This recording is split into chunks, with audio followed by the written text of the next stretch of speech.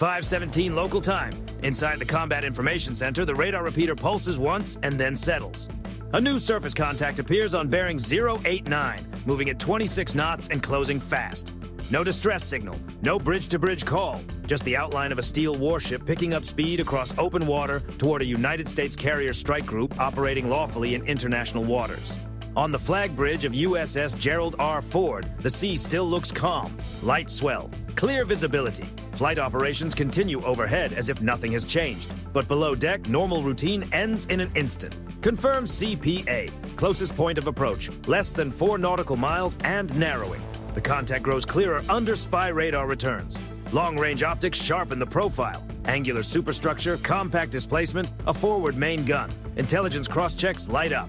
The silhouette matches the configuration of an Admiral Gorshkov-class frigate. Estimated export value, around 16 million. Tiny beside a nuclear-powered carrier, but size does not make it insignificant. Condition 3, set the watch. No shouting, no panic, just a shift in posture. Across the formation, the escorts begin making subtle adjustments. 5 degrees here, 2 degrees there, nothing dramatic, nothing meant for public display. Just precise calculations tightening around a contact that keeps coming. 5:19, the Russian frigate increases speed to 28 knots. White water thickens at the bow. The wake runs straight and deliberate. This is not mechanical trouble. This is a choice.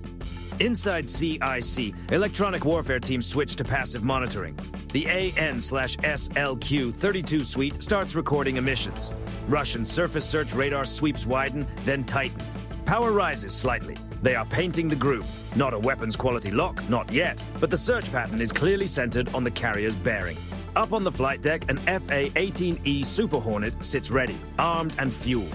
The catapult crew moves without hesitation. 5:22. CPA drops to 3.2 nautical miles. At those combined speeds, distance disappears quickly. Launch asset! Steam erupts. The Super Hornet surges forward and lifts into the humid morning air. No targeting radar, no aggressive climb. Just altitude, position, and eyes on the contact. At 2,000 feet, the pilot banks left and drops toward the frigate's projected path.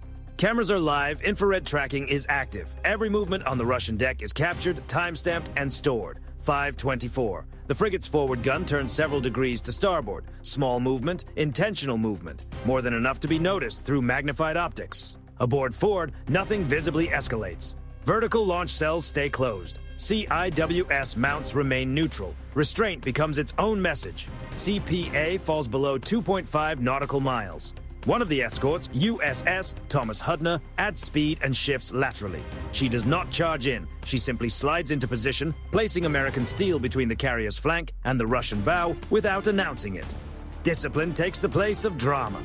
5:26. The Super Hornet makes a controlled lateral pass across the frigate's projected track, just 500 feet above the sea. No flares, no afterburner, just unmistakable presence. Russian Federation naval vessel. This is United States Navy aircraft operating in international airspace. You are conducting an unsafe approach toward a U.S. carrier strike group. Recommend immediate course correction. Silence. 10 seconds. 15. Then the frigate pushes harder, up to 30 knots. Inside CIC, the tension tightens, but no one loses composure. CPA, 2.1 nautical miles. At that range, collision avoidance math starts carrying real consequences. The Russian radar narrows again into a tighter beam. Still not a fire control tone, but the attention is impossible to miss. 5:28. USS Thomas Hudner completes the interposing move. Now, to keep pressing directly ahead, the frigate would have to thread between 2 American warships. The risk rises for everyone. Then, through magnified optics, a change appears. Movement on the Russian deck, a slight helm correction. The wake shifts. Speed begins to fall. 30 knots drops to 24, then 22. Contact altering 2 degrees port. 2 degrees is not a retreat, but it is the first break in a straight line approach. 5:31. CPA begins to widen. The frigate angles into a parallel course alongside the strike group instead of cutting directly across the carrier's bow. The intercept geometry collapses without a single launch cell opening. The Super Hornet climbs and returns to orbit. The escorts hold disciplined spacing. Ford never changes course. No warning shots, no visible escalation. Just a clean demonstration of layered deterrence. The Russian warship remains on radar, shadowing from a greater distance. Still there, still silent. No apology. But the direct approach is finished. The geometry held, and the carrier never blinked. 5:34 local time. The gap has opened to just over 4 nautical miles, but the Russian frigate has not broken away. Instead, it matches the strike group's speed and settles into a parallel track off the starboard quarter. Close enough to see with the naked eye, close enough to matter. Inside the Combat Information Center, no one relaxes. Contact maintaining 22 knots, relative bearing steady. Shadowing is not open aggression, but it is pressure. USS Gerald R. Ford continues her transit without deviation. Reactors steady, flight operations continuing overhead. The formation moves on, calm on the surface, fully alert underneath. From the outside, nothing seems different. Inside, every console is alive. Electronic warfare teams continue recording emissions. The Russian surface search radar shifts its pulse pattern slightly. Small variations in frequency, likely fine-tuning range data. The sweep tightens, then adjusts again. Still no fire control tone. No signs of missile activity. But the intent hasn't faded. 5:37. The Russian frigate inches closer once more. Just a few degrees, barely noticeable, but enough to cut another half nautical mile from the separation. CPA trends down to 3.6. USS Thomas Hudner answers with a precise proportional adjustment. No sudden moves, no showmanship, just calculated repositioning to maintain a protective buffer around the carrier. Formation discipline becomes a moving shield across the water. Above, the orbiting F/A-18E Super Hornet dips slightly, sliding into position between the frigate and the carrier's most exposed angle. Weapons remain inactive. Radar stays quiet. Presence alone does the talking. 5:40. The Russian vessel accelerates again, 24 knots, then 26. Its wake thickens, the bow wave sharpening as speed builds. Reaction time across the formation tightens. Inside CIC, speed increase confirmed. Contact closing lateral distance. A decision point is approaching, not about weapons, but about posture. The carrier holds steady, no turn, no increase in speed, no signal of escalation. In this moment, strength is measured in consistency. 5:42. The Russian radar beam narrows further, becoming more focused, suggesting refined tracking. Still short of a fire control lock, but clearly deliberate. Electronic warfare operators tag the signal, logging frequency drift and pulse width in real time. If anything escalates, this data will matter. 5:44. The Super Hornet tightens its orbit, dropping to 400 feet above sea level. It crosses just ahead of the frigate's bow, close enough for direct visual contact with the bridge crew. No flares, no afterburner, no visible weapons posture, just a controlled, unmistakable presence. Russian naval vessel, you are maneuvering unsafely near U.S. forces. Recommend immediate course correction. No response. Movement increases on the Russian deck. Sailors gather near the forward gun mount. No loading actions. No visible preparation. The line between signaling and escalation stays razor thin. 5:46. CPA now 3.1 nautical miles. Tight, but not critical. Hudner moves forward by half a nautical mile, creating a staggered alignment. The geometry forces a choice. Widen the gap or risk compression between two U.S. ships. Position replaces words. 5:48. The Russian frigate reduces speed. 26 knots drops to 21. The bow shifts outward by 2 degrees. Not a retreat, but no longer tightening the space. Inside CIC, there's no reaction beyond confirmation. Contact speed decreasing, CPA stabilizing. The strike group holds its course. Calm, deliberate, no unnecessary radio traffic, no break in formation. 5:50. The Russian radar sweep widens again, returning to a broader search pattern. Electronic warfare notes the change immediately. They've widened the beam, no targeting pattern. The pressure peaks and then eases. The frigate continues on a parallel course, now about 5 nautical miles off. Close enough to watch, too far to press. The Super Hornet climbs back to 1,500 feet, resuming a wider orbit. Nothing about the posture changes. 5:53. CPA widens to 4.8. The tension that filled CIC minutes earlier doesn't disappear, it settles into focus. The Russian vessel remains nearby, but the acceleration cycle has ended. No collision risk, no escalation threshold crossed. This was pressure. The response was geometry and restraint. Out here, strength isn't always about speed or aggression. Sometimes it's about holding position while the other side tests the edge. The frigate stays visible on the horizon, but the intercept is over and the carrier never gave up a single degree.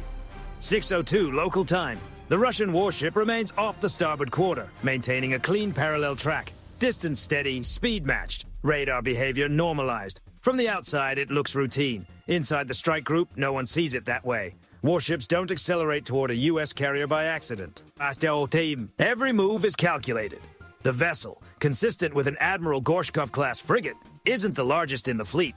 Not a cruiser, not a capital ship, it's something else. A platform designed to send a message. Compact, modern.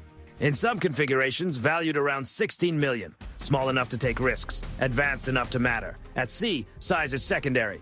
Position is everything, 605. Electronic warfare continues its quiet work. Passive collection. The Russian radar signatures are now catalogued under controlled conditions. Pulse intervals, beam stability during speed changes, emission patterns during focused sweeps.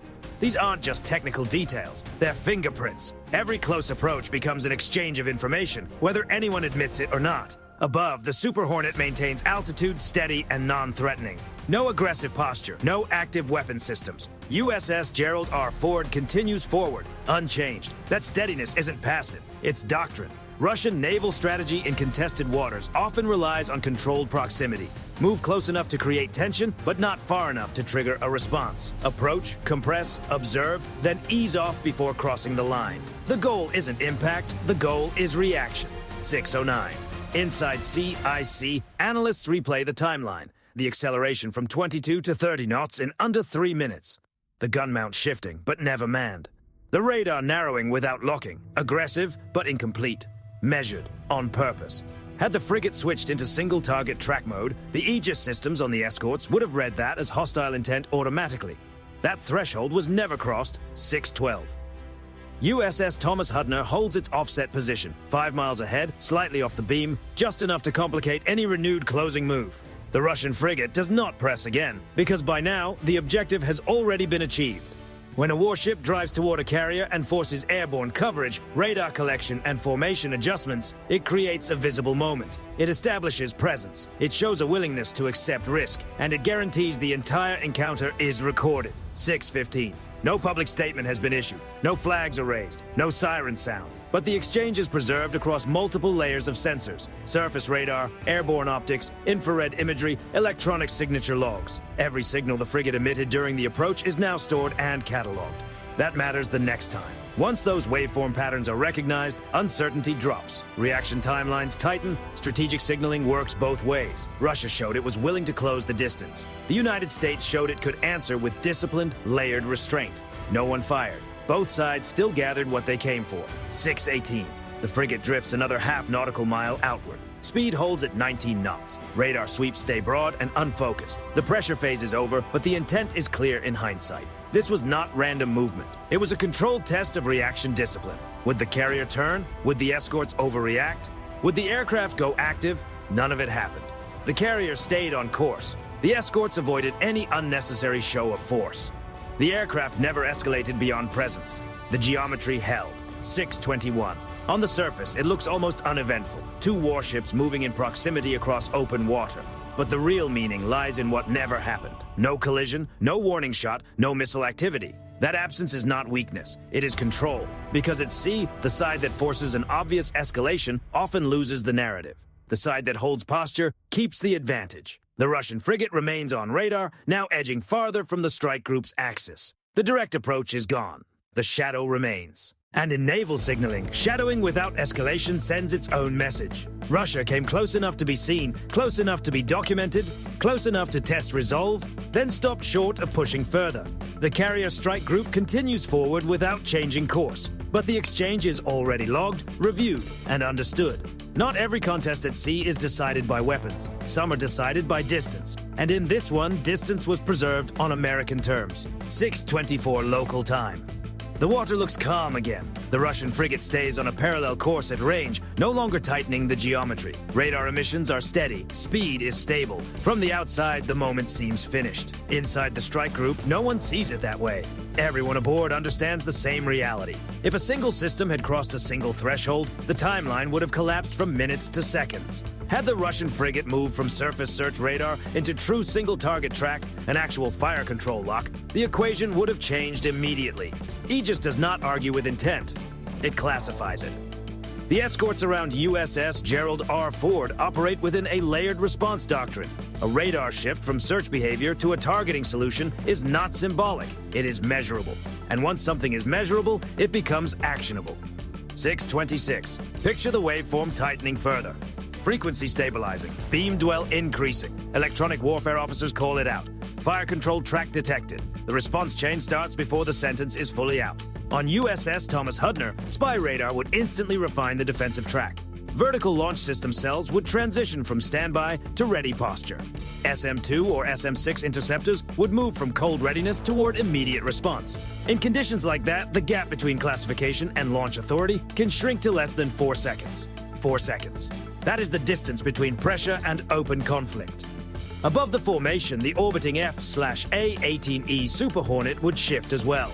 Passive sensors could become active if cleared. If a hostile launch were detected, a missile plume, a guiding radar cue, the jet could transition to its own engagement solution. That capability exists for exactly this kind of contingency. But escalation at sea does not unfold in a straight line. It multiplies, 628. If a Russian anti-ship missile had left the rail, even as a so-called warning shot, the entire formation would have reacted at once. Aegis interceptors would launch, close-in defense systems would spin up, electronic jamming would intensify, and even if the incoming threat were stopped and the odds would strongly favor that outcome, the story would already have changed. At that point, it would no longer be signaling, it would be engagement. Russian command networks would immediately register any exchange of weapons activity. U.S. regional command structures would raise threat levels. Additional assets, undersea, airborne, and orbital, would begin shifting position. In contested waters, closeness increases danger fast. The Russian frigate, identified as consistent with an Admiral Gorshkov-class hull, is capable in some configurations of carrying advanced anti-ship systems. Even a simulated targeting event would have forced a decision at the tactical edge, and that kind of decision is never casual. Rules of engagement are designed to prevent early escalation, but once a line is crossed, consequences move faster than policy. 631. Inside the Combat Information Center, operators replay the earlier moment when the Russian radar beam tightened but never locked. That difference mattered. The beam never held steady long enough to qualify as targeting intent. The frigate accelerated but did not push into a firing envelope. The gun turned, but no crew took position on it. Every action stopped just short of becoming irreversible. That is how modern naval pressure works. Move to the edge, make the message clear, and stop before the point of no return. 634. If the carrier had turned sharply during the intercept phase, that alone could have changed the entire picture. A turn under pressure can be read as evasion, or as preparation for a more aggressive engagement angle. USS Gerald R. Ford never turned. That steadiness denied the other side any excuse to raise the stakes. If the destroyer had moved in aggressively, closing distance to intimidate instead of to create space, the Russian captain could have answered in kind. Instead, the interposing move stayed measured, shaping the geometry without adding provocation. 637. The margin remained extremely thin. At 30 knots, with both sides closing, a 3 nautical mile gap can vanish in less than 4 minutes. At missile speed, the window drops to seconds. In that kind of compressed environment, discipline becomes the most important weapon on the board. The Russian frigate never switched to fire control radar. The U.S. escorts never opened launch cells. The Super Hornet never activated targeting systems. Because none of those thresholds were crossed, the encounter stayed in the realm of signaling rather than combat. 640. Open conflict at sea rarely starts with an explosion. It starts with interpretation. A radar spike mistaken for a lock. A course correction read as aggression. A defensive system activated as a precaution but seen as a threat. In this encounter, every system was pushed toward the boundary and then held there. The distance between shadowing and shooting was no more than a few seconds. That gap held because both sides understood exactly what crossing it would mean. The Russian frigate remains visible on radar, now widening separation with each minute. The strike group continues forward unchanged. The worst-case scenario never happened, but the 4-second window was real, and everyone inside CIC knows how narrow that space truly was. 6:45 local time. The Russian frigate is now 7 nautical miles off the starboard quarter of USS Gerald R. Ford. Speed steady at 19 knots, wake thinning, radar sweep broad and unfocused. The intercept is over, but the result is not measured by distance alone. It is measured by what is happening inside the Combat Information Center. Logs are being finalized, timestamps synchronized, radar captures archived, electronic emissions indexed by frequency, beam width, and duration. Infrared footage from the orbiting F/A-18E Super Hornet is being matched against surface maneuver timing. Nothing is ignored. Every second of the approach becomes context for the next encounter. 6:48. The Russian vessel shifts another 3 degrees outward. No announcement. No formal call to break away. Just a slow increase in separation that says more than any radio transmission could. The carrier does not follow. It does not celebrate. It simply keeps its heading. That steadiness is the point. The frigate that surged to 30 knots less than an hour earlier, valued at roughly 16 million in its export-class configuration and consistent with the Admiral Gorshkov design, has completed its pressure move. It approached. It tested. It pulled back. No shots. No system crossed the red line. 6:52. On the escort screen, USS Thomas Hudner begins returning to standard formation spacing. Launch cells remain sealed. Fire control radars stay in search posture. No visible change in weapon status. The geometry relaxes but never fully disappears. In modern naval operations, the absence of firing does not mean the absence of consequence. The Russian approach gathered data. The American response gathered more. 6:55. Electronic warfare specialists complete their first round of signature analysis. Russian radar modulation under acceleration shows subtle differences from its cruise profile. Beam stabilization lag during narrowing sweeps hints at limitations during high-speed maneuvering. That matters. The next time a close approach happens, identification confidence will come faster and reaction timelines will shrink. Strategic signaling works both ways. Russia showed it was willing to close the distance. The United States showed it was prepared to hold that distance without giving ground. 700. Flight operations resume at full tempo aboard Ford. Another Super Hornet launches on what appears to be a routine training profile. Deck crews move as though nothing unusual happened. That normal rhythm is intentional. The most powerful naval platform on the water did not alter course, did not increase speed, and did not escalate ahead of necessity. The strike group continued through international waters exactly as planned. 7:04. The Russian frigate is now nearly 10 nautical miles offset, angled farther away from the carrier's axis. Radar return remains steady. No narrowing beam, no renewed pressure. The tense phase is over. There will be no dramatic headlines, no official statement claiming victory. But inside the strike group, the conclusion is simple. A relatively small warship accelerated straight toward an American carrier. The carrier did not surrender a single degree. It did not flinch. It answered with layered positioning, disciplined aviation presence, and quiet collection of every usable signal. At sea, dominance is not always proven by who fires first. Sometimes it is proven by who controls the space without firing at all. 7:08. The horizon opens again. Distance grows beyond visual detail. The Russian vessel remains only as another radar contact among many. The moment has passed, but the lesson remains. Naval power in the 21st century is not defined by size alone or by the number of weapons a ship can carry. It is defined by composure under pressure. The Russian frigate came close enough to test resolve, close enough to measure reaction, close enough to create risk, and then it turned away. The carrier never did. That is the result. No wreckage, no smoke, no exchange of fire. Just a quiet demonstration that closing distance does not automatically create leverage. The strike group continues its transit across open water, and somewhere beyond the horizon, a Russian captain is likely writing the same encounter into his own report.